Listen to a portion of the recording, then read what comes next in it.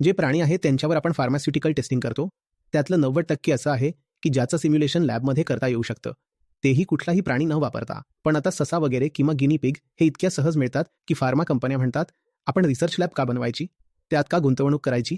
ते म्हणतात आपण सशांवर रिसर्च करू कारण ते स्वस्तात मिळतात, त्यामुळे ते लॅबमध्ये गुंतवणूक करत नाहीत.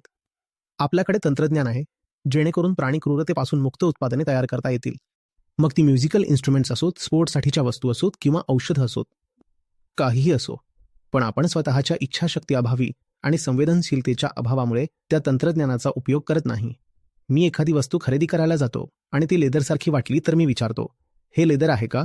तर 10 पैकी 9 वेळा उत्तर येतं की नाही, हे आर्टिफिशियल लेदर आहे. म्हणजे आपण प्रत्येक गोष्ट अशी बनवू शकतो की ज्यासाठी प्राण्यांचे उत्पादन वापरण्याची गरजच नाही. जसं जसं लोक स्वतःहून प्राणीजन्य उत्पादने नाकारायला लागतील आणि अशा लोकांची संख्या वाढेल, तसं तसं उत्पादकांना आणि विक्रेत्यांना जबरदस्ती क्रुएल्टी फ्री उत्पादने बाजारात आणावी लागतील.